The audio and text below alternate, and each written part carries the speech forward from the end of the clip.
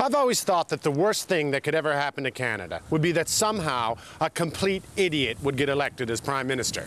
And so far we've been pretty lucky. Brian Mulroney was called lots of things, but stupid wasn't usually one of them. And Jean Chrétien, he made absolutely no sense whatsoever, and it turns out he was actually fairly bright. Which brings us to Paul Martin. Not that he's been elected. But watching him on the job for the last couple of weeks, I think we've all been thinking the same thing.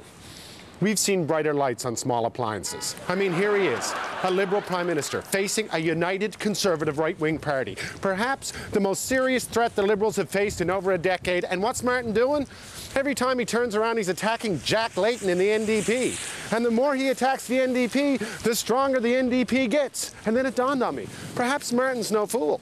I think he's been boning up on his art of war.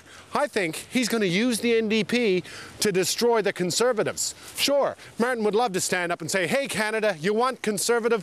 Vote for me. I'm more Conservative than Brian Mulroney ever was. But he can't say that because the sign on the door to the Prime Minister's office says Liberal. So how's he going to get that message out? The NDP. So he's doing them every favour he can think of. Hell, he even tried to give them Sheila Copps, and let's face it, that's a gift that keeps on giving. So don't worry, Canada. No matter what you think about Paul Martin, at least we know one thing about him. Like every great Prime Minister before him, at least he's not as stunned as he looks.